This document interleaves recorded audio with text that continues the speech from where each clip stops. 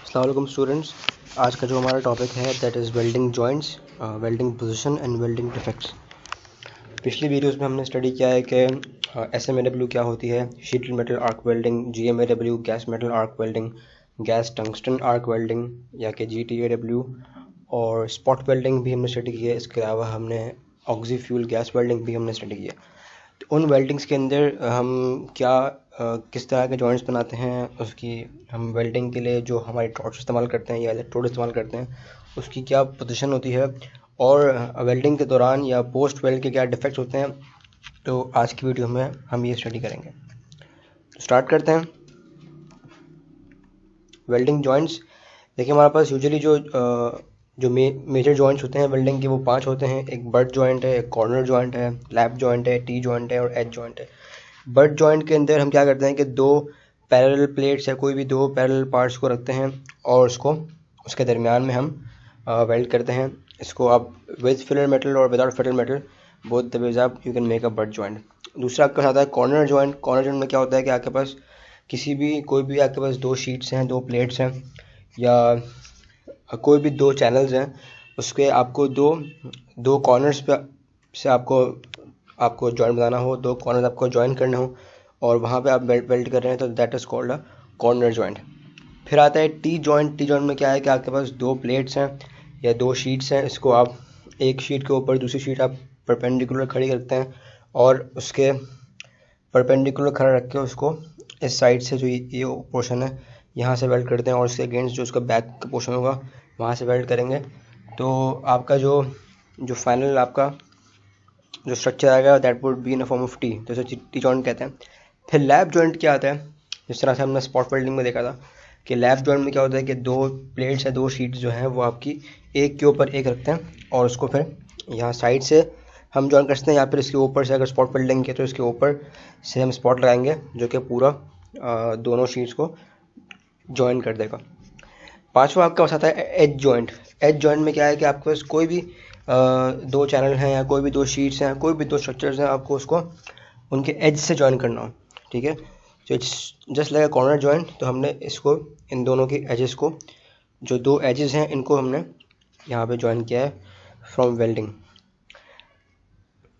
देखें ये जो है एक बट जॉइंट की एग्जांपल दी हुई है कि यहाँ पे जो रियल एग्जांपल है कि दो शीट्स है उसके दरमियान हमने एक फेरेट मेटल से जॉइंट बनाया है। This is a butt joint. फिर टी जॉइंट में देखें कि आप एक शीट है जो कि बेस के ऊपर रखी हुई है पैरेलल और उसके परपेंडिकुलर हमने एक और शीट उसको खड़ी करके हमने यहाँ वेल्ड किया हुआ है। फिर आता है लैप जॉइंट में देखें जिस तरह कि यहाँ पे क्या है, एक शीट है ये वाली, उसके नीचे एक और शीट है, उसको हमने यहाँ साइड से वेल्ड किया है। अब ये हमने यहाँ पे आर्क वेल्डिंग या गैस वेल्डिंग की है। अगर हम स्पॉट वेल्डिंग करेंगे तो हम स्पॉट वेल्डिंग भी इसके ऊपर से करेंगे तो ये दोनों शीट्स को आपस में जॉइन कर देगा। ये एक कॉर्नर जॉइंट है, इसमें हमने दो शीट से कॉर्नर्स को जॉइन किया हुआ है। अब जॉइंट्स के साथ साथ हम वेल्डिंग की पोजीशन में स्टडी करते हैं कि हमें किस पोजीशन में हमें वेल्डिंग करनी है। तो वी हैव 4 कॉमन पोजीशंस। एक है फ्लैट पोजीशन कि इसमें आपका जो बेस मेटल है वो किसी भी बेस पे, किसी टेबल पे या किसी की ज़मीन पे या किसी भी जगह पे स्ट्रेट रखा हुआ है और उसको आप उसके ऊपर से आप जाके वेल्ड कर रहे हैं। फिर आता है हॉरिजॉन्टल वेल्डिंग पोजीशन। उसमें क्या है कि आपकी जो बॉडी है उसके बिल्कुल सामने एक जो भी शीट है या कोई भी पार्ट है वो स्टैंड खड़ा हुआ है और उसको आप राइट टू लेफ्ट या लेफ्ट टू राइट आप वेल्ड कर रहे हो इन अ हॉरिजॉन्टल फॉर्म, तो that is called horizontal position. फिर vertical position similar with horizontal position के आपका पीस जो है सामने खड़ा हुआ है और आप उसको टॉप टू डाउन या बॉटम टू आप उसको वेल्ड कर रहे हो, तो ये हो गई एक वर्टिकल पोजीशन। फिर आती है कि ओवरहेड पोजीशन। ओवरहेड पोजीशन में क्या होता है कि आप जो वेल्डिंग कर रहे होते हैं वो आपके शोल्डर लेवल या आपका जो शोल्डर लेवल है उससे थोड़ा सा ऊपर होता है। आपकी जो रॉड होती है या टॉर्च जो व्हाटएवर जो भी आप टाइप की वेल्डिंग कर रहे हो, तो आपका शोल्डर लेवल से जो आप वेल्ड कर रहे हो तो जो भी पार्ट को वेल्ड कर रहे हो तो वो शोल्डर लेवल से आपके ऊपर होता है, ठीक है। इस डायग्राम में और भी दिए हुए हैं कि यहाँ पे देखें कि ये अगर आपको एक you want to make a butt joint from flat position, तो ये होगा हॉरिजॉन्टल में इस तरह से होगा बट जॉइंट, वर्टिकल में इस तरह से होगा, ओवरहेड में इस तरह से होगा। फिर कॉर्नर जॉइंट है कि अगेन आपने इसको फ्लोर पे रखा है इस एंगल पे और आप इसको जॉइंट लगा रहे हैं। हॉरिजॉन्टल के अंदर इस तरह होगा, vertical, overhead. Similarly T joints हैं हमारे पास हैं, लैप जॉइंट्स हैं और एज जॉइंट्स हैं। तो 4 वेल्डिंग की पोजीशन में स्टडी की, एक flat, horizontal, vertical and overhead position. इसके बाद कुछ वेल्डिंग के डिफेक्ट्स हम देखते हैं। पिछली वीडियोस में जो मैंने आपको पढ़ाया उसमें हमने वेल्डिंग की अपीयरेंसेस देखी कि अपीयरेंसेस जो वेल्डिंग की है वो किस तरह चेंज होती है with high current, with high welding speed, with high और लो वायर फीड का या फिलर मेटल आप कितनी तेज़ी से कर रहे हो, और आपकी टॉर्च और आपका या गन या आपकी इलेक्ट्रोड और आपका बेस मेटल में कितना डिस्टेंस है। तो आर्क की बात है या फिर फ्लेम की बात है, तो उसके तहत हमने कुछ अपीयरेंसेस देखी थी वेल्डिंग की पिछली वीडियोस में। उसकी लिंक मैंने डाल दी है डिस्क्रिप्शन में, you can also again see that. तो पहला डिफेक्ट जो यहाँ पे आता है वो है क्रैक्स। सिंपल, आपने कोई भी स्ट्रक्चर वेल्ड किया, उसमें due to any reason crack आ गया, या तो वो प्रॉपर सॉलिडिफाई नहीं हुआ या उसमें कोई इम्प्योरिटी आ गई, कुछ भी हुआ, जब वो सर्विस में आया जो भी पार्ट आपने वेल्ड किया उसमें क्रैक हुआ, दैट इज़ वेरी कॉमन। फिर आती है कैविटीज़। कैविटीज़ ये है कि आपने जो वेल्ड किया वो प्रॉपर फिल नहीं हुई।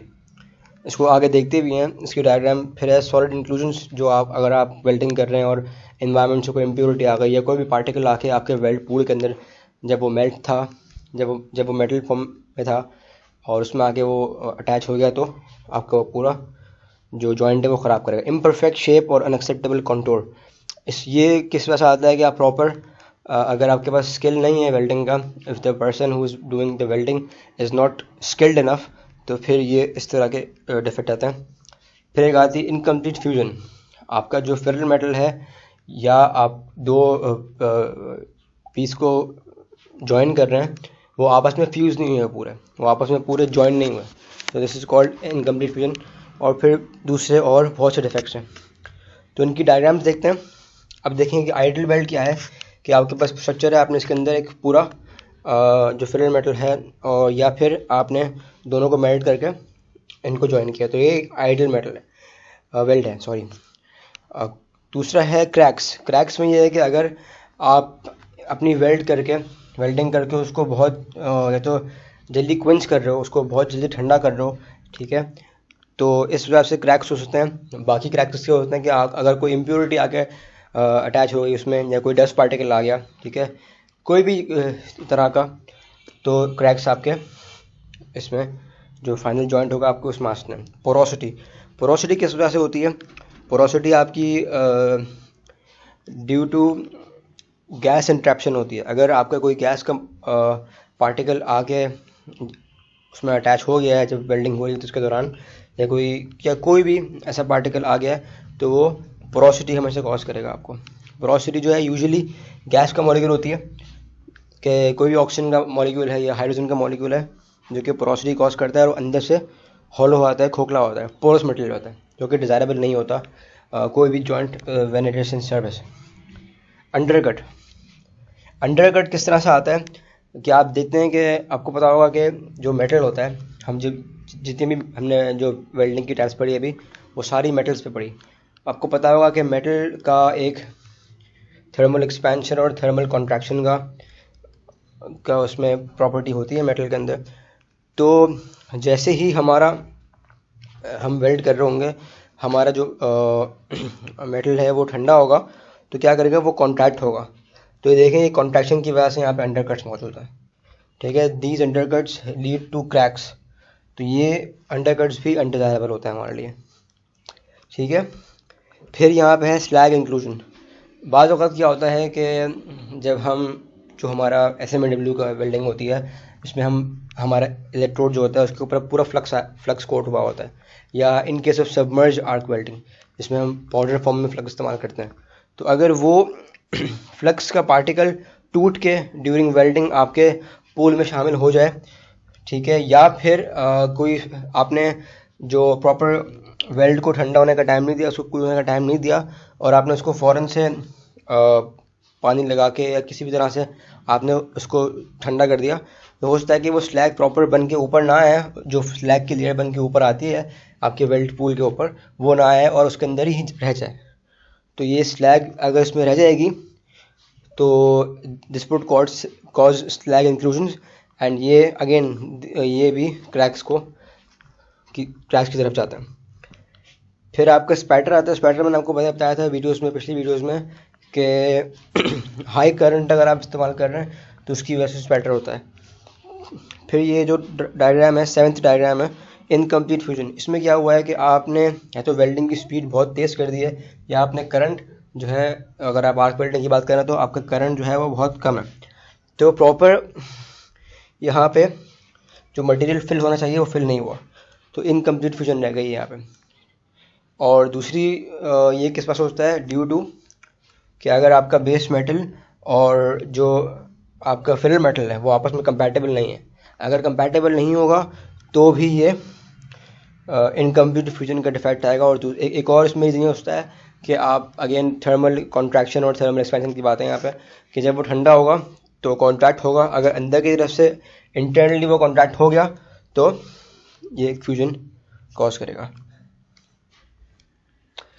8th आपकी डायग्राम जो है वो इनकम्प्लीट पेनिट्रेशन, अगेन कि आपका अगर आप ऊपर की तरफ से वेल्ड कर रहे हो और नीचे प्रॉपर आपका फिलर मटेरियल नहीं पहुंचा तो वो इनकम्प्लीट पेनिट्रेशन है।